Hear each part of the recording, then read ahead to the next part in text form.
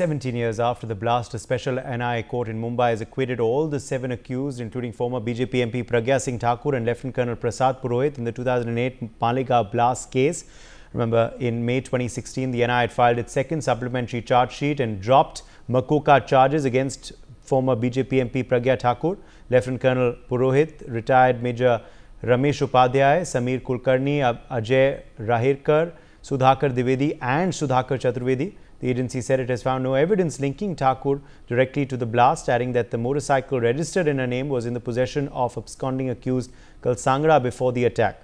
The NIA also dropped anti-terror MCOCA charges against all the accused, citing its questionable application by the ATS. It found flaws in the ATS's investigation as well, describing it as filled with gaps. It said that some of the confessions recorded by the state agency, such as that of Chaturvedi's, were likely obtained through torture and were unreliable. NIA court now has observed that the prosecution has failed to bring any cogent evidence and therefore the accused deserve the benefit of doubt. The court found no evidence to suggest that Lieutenant Colonel Prasad Purohit stored RDX at his residence, transported it from Kashmir or assembled the bomb at his house. The court further said that terrorism has no religion, as no religion can advocate violence. Pragya Thakur was one of the 7 accused in the 2008 Maligned blast case that killed 6 people and injured over 100. She was arrested in 2008 and charged under the UAPA and IPC, including for murder and conspiracy. The NIA has alleged she was part of a larger conspiracy to incite communal violence. Pragya Thakur had contested the 2019 Lok Sabha elections from Bhopal constituency, running against Digvijay Singh of the Congress. She won her debut contest by a margin of 3,64,822 votes. In her final court statement, Thakur had called the charges against her illegal and motivated by malefied intent. She also alleged the evidence was manipulated and that she was falsely implicated. ATS had earlier claimed the motorbike used in the blast was registered in her name. Now the NIA court, however, punched holes into the prosecution's charge, saying there was no proof that the bike on which the bomb was allegedly strapped belonged to her.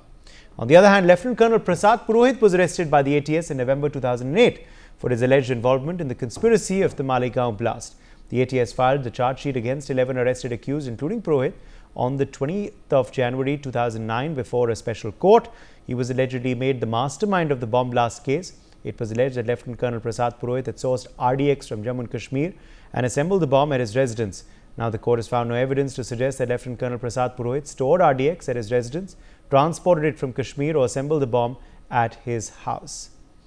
Well, nearly a month after the centre handed over the Malegaon blast case to the NIA for a probe, the then Union Home Minister P. Chidambaram has said a new phenomena of saffron terror has recently been uncovered. Though directly he did not cite any specific case, he warned that there was no let-up in attempts to radicalize the youth. On the other hand, the then Congress General Secretary Digvijay Singh stoked controversy over his remarks on the Malegaon case. He said that he feared for his safety from Hindu extremists, triggering a strong reaction from the BJP. He went on then to question the senior BJP leaders about why they went to meet Sadhvi Pragya in jail. Well, today, the court has highlighted inconsistencies in the prosecution's evidence. While it acknowledged that a blast indeed took place, the court said the prosecution failed to conclusively link the motorcycle found at the site to an explosive device. The court also said there is no evidence of storing or assembling the explosives in Shrikant Prasad Purohit's residence. This major verdict comes after 17 long years.Shahid Nadeem, advocate, is joining us live on the broadcast. He's the victim's lawyer in this case. Shahid Nadeem, thank you for being with us today. How do you react to this verdict today that is finally out? Yes, sir. Thank you for inviting me. So, verdict out, but justice yet to be done. Since long 2008, we were waiting for justice. Because of inability of NIA, the court has given benefit of doubt to the 7 accused. Now they are free. You know, if these accused are indeed acquitted, as we have seen happen through the course of the trial, then do you believe, Shahid Nadeem, that we need to know who really caused this blast? That still is a question with no answers. Court has given benefit of doubt. Court has not given clean sheet, not the clear acquittal. Court has said that the agency failed to establish that there was evidence against these accused. Court has found that the bomb blast happened. That's why court has given compensation to the 6 people who died and 101 injured people. The bomb blast has been established. This evidence is not before the court, concrete evidence. That's why they have been given benefit of doubt. There is no clear acquittal as they are claiming. Right. Shahid Nadeem, is this going to be appealed now in a higher court? Definitely, the victim has a independent right under 372 CRPC. They will definitely approach higher court for reconsideration, and they have independent right. Even we request the agency to appeal again because they also fail. Yes, Shahid, also now, as far as, of course, this case is concerned, many believe that there was a political conspiracy because of which some people were, made accused and evidence was fabricated against them. That's an allegation that many have now made, and they say that the allegation is something that the court has also accepted, which is why this verdict has come today. How do you react to that? Court has not accepted this allegation. Court has said that the NIA failed to produce the concrete evidence. Court has not said anything about the political rivalry and the agencies involved in this case. Though it is established that the NIA took over from the ATS after the change in government in central government, and they had given the clean sheet to particular accused, but court did not accept that. That's why they were framed the charges against the 7 accused, and that they have to face trial. The court has directed them to face trial. Now they have been free because of the inability of NIA. Right. Let me get in now RVS Mani, former Undersecretary MHA, also into this conversation. RVS Mani, the victim's lawyer says they want this case now to be appealed. Also saying that the court has not given the accused a clean sheet, but merely said there is no evidence against them. How do you react to the victim's lawyer's statement? Also, RVS Mani, this verdict today, what is your interpretation of it? I have made very clear, I have placed a lot of observations in my book, Myth of Hindu Terror, and I will reinforce that. Having said that, first let me answer certain questions raised by my learned advocate who were the victims.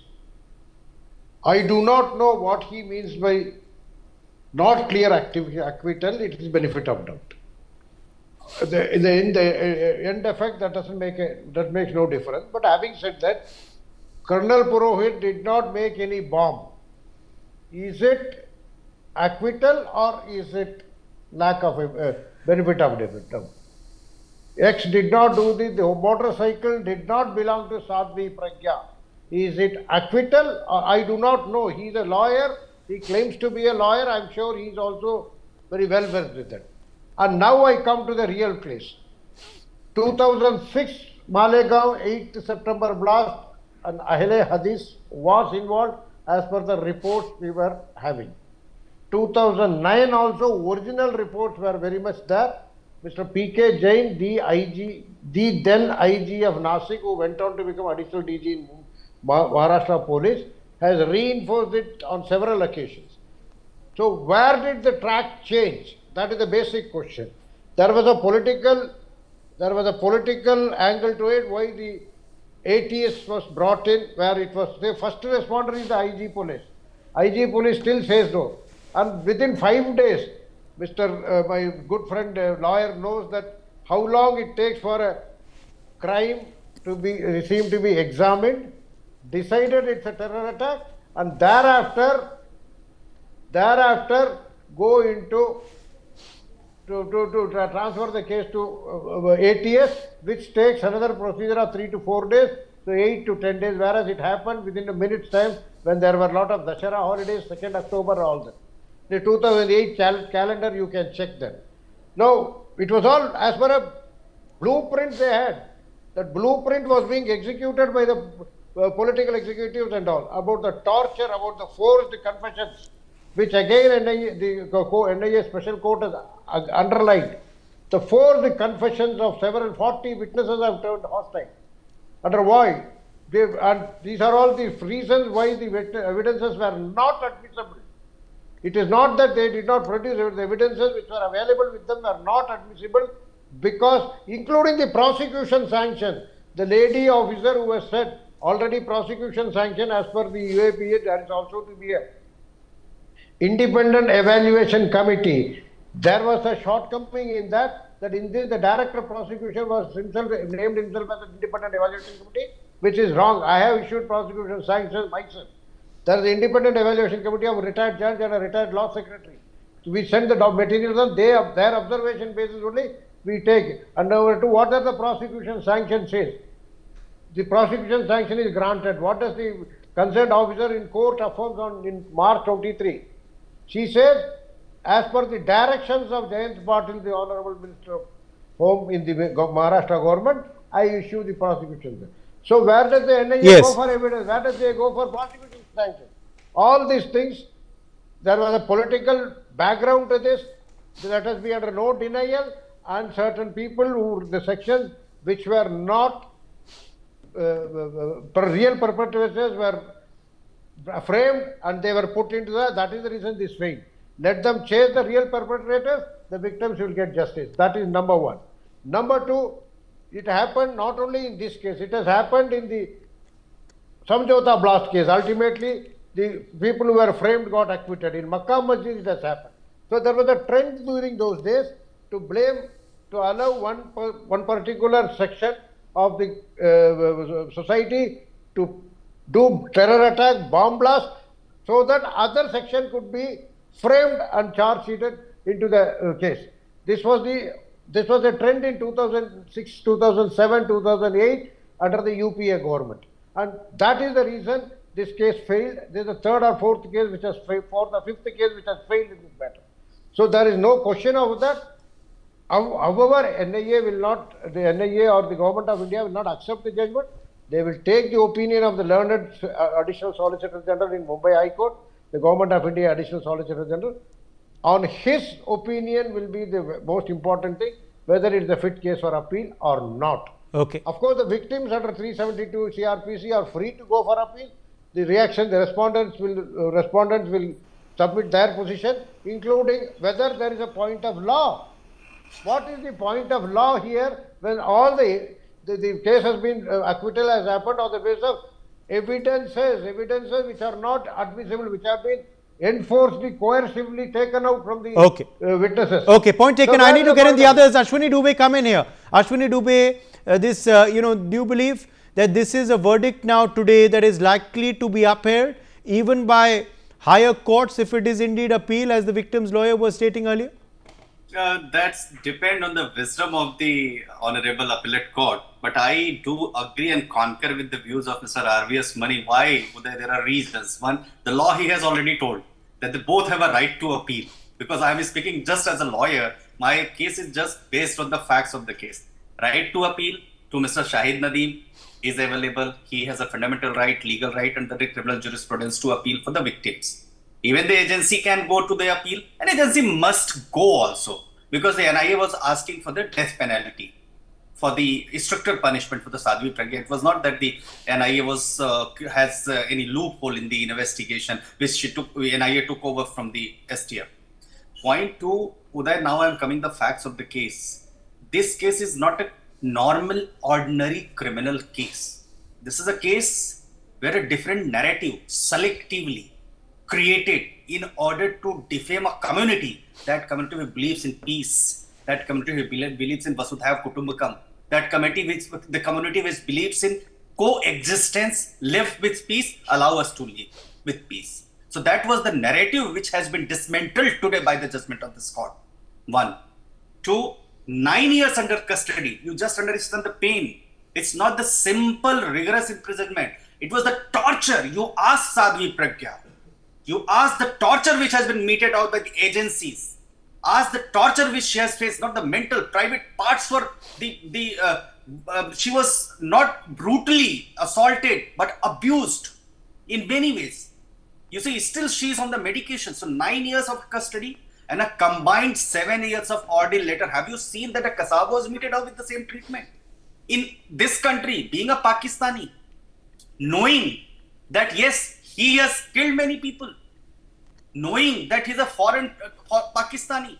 And third, here is the case where the then agency has failed and has calculatively, in a malicious, wrongful prosecution, wrongful, malicious investigation was conducted against the innocent persons. And that is why here it is not the case, which is a normal criminal case where appeal they have to play. It's a case where 17 years an innocent person just faced for the abusive process of law which was started. It's a complete mockery. Now third, Let us come to the judgment. Let's discuss in detail.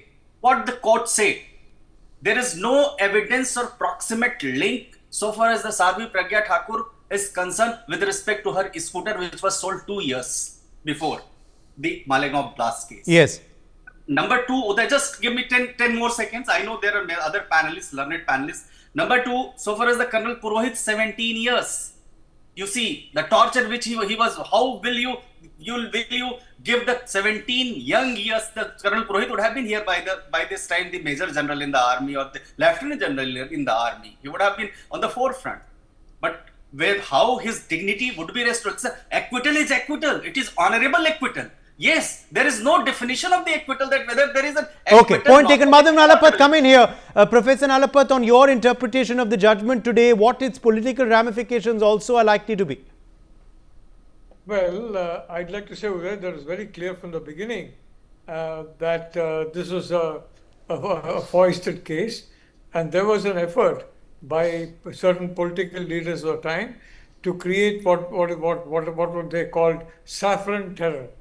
Now the point is and to create an equivalence between Wahhabi terrorism and saffron terror. Wahhabi terrorism is what Kasab was guilty of. Wahhabi is what Asim Muni today is, by his remarks against the Hindu community. It's very clear how much hatred he has for them. So I distinguish the Muslim community from the Wahhabi segment because that's only a fringe. But having said that, I'd like to point out that this MCOCA, the Maharashtra, this particular act was a draconian act, and the confessions were forced by this draconian act. And one of those who confessed later on, the court said, "Oh, this was done through torture," and the same gentleman then gives the same confession, allegedly by persuasion. The same confession that he gave under torture. It was very clear. I mean, it's logical to infer that he would have been suffering torture if he had not given the quote-unquote right confession, which was to basically implicate the accused. So, I mean, even the Supreme Court in 2015 had doubts about the prima facie evidence presented, and the one glimmer of light is basically that Lieutenant Colonel Purohit said, "The army has stood by me right from the beginning." And for that, I salute the Indian Army for having stood by a soldier who was wrongly convicted for political reasons. It was very clear that there was an effort to create the myth of saffron terror. And that was frankly, in my view, it was not only a distasteful act, it has all the, there are even worse descriptions you can put on that, but it's something which is unpardonable. And as a consequence, I would like to say that, this MCOCA was repealed, if I'm not mistaken, in 2016. I think, frankly, a lot of laws are still there. Many have been repealed. A lot are still there, in which you can file an FIR against almost anyone, and if you have the right influence in the right quarters, that FIR then becomes a kind of a Damocles sword, and the individual concerned may be completely innocent, but lose years and years, if not decades, of his or her life. So I think it's very important for any democracy to avoid the draconian laws and to avoid the ease with which a citizen can be arrested on pure suspicion and on evidence which, in this particular case, is being found to be wholly circumstantial and based on the confession of an individual who was tortured and who admitted to torture.